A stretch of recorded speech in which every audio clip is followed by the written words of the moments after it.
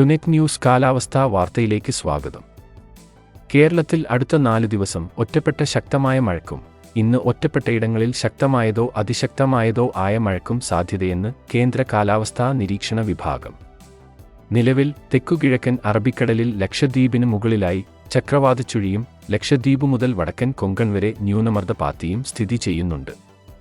അതിശക്തമായ മഴയ്ക്ക് സാധ്യതയുള്ളതിനാൽ ഇടുക്കി ജില്ലയിൽ ഇന്ന് ഓറഞ്ച് അലർട്ട് പ്രഖ്യാപിച്ചു. ശക്തമായ മഴയ്ക്ക് സാധ്യതയുള്ളതിനാൽ കൊല്ലം, പത്തനംതിട്ട, ആലപ്പുഴ, കോട്ടയം, എറണാകുളം ജില്ലകളിൽ യെല്ലോ അലർട്ടും പ്രഖ്യാപിച്ചു. ഇന്നും നാളെയും മറ്റന്നാളും ഒറ്റപ്പെട്ട സ്ഥലങ്ങളിൽ ഇടിമിന്നലോടുകൂടിയ മഴയ്ക്കും മണിക്കൂറിൽ 30 മുതൽ 40 വരെ കിലോമീറ്റർ വേഗത്തിലുള്ള ശക്തമായ കാറ്റിനും സാധ്യതയുണ്ടെന്നും കേന്ദ്ര കാലാവസ്ഥാ വിഭാഗം അറിയിച്ചു.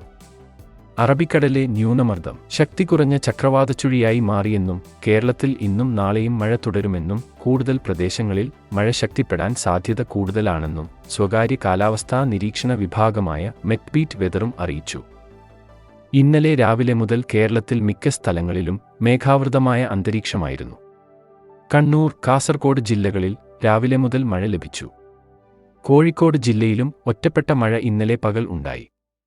വൈകിട്ടും രാത്രിയിലും മലപ്പുറം, കോഴിക്കോട് ജില്ലകളിൽ ശക്തമായ മഴ ലഭിച്ചു. പത്തനംതിട്ട, കോട്ടയം, എറണാകുളം ജില്ലകളിലും രാത്രി ഒറ്റപ്പെട്ട ശക്തമായ മഴ ലഭിച്ചു. ഇന്ന് രാവിലത്തെ ഉപഗ്രഹ ചിത്രങ്ങളിൽ അറബിക്കടലിൽ കേരളത്തിന് സമാന്തരമായി ശക്തമായ മേഘസാന്നിധ്യമുണ്ട്.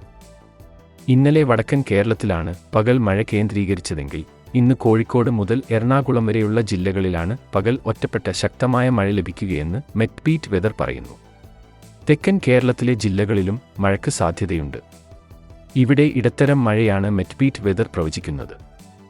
നാളെയോടെ ചക്രവാതച്ചുഴി കൂടുതൽ ദുർബലമാകുമെങ്കിലും സംസ്ഥാനത്ത് വൈകിട്ട് ഇടിമിന്നലോടുകൂടിയ മഴ തുടരും.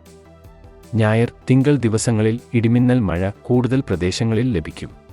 15-ന് ശേഷം സംസ്ഥാനത്ത് തണുപ്പെത്താൻ സാധ്യതയുണ്ടെന്നും അതുവരെ തുലാവർഷം സജീവമാകുമെന്നും മെറ്റ്ബീറ്റ് വെതർ നേരത്തെ അറിയിച്ചിരുന്നു. കാലാവസ്ഥാ വാർത്തകൾ കൃത്യമായി ലഭിക്കാൻ ചാനൽ സബ്സ്ക്രൈബ് ചെയ്യുക. നന്ദി.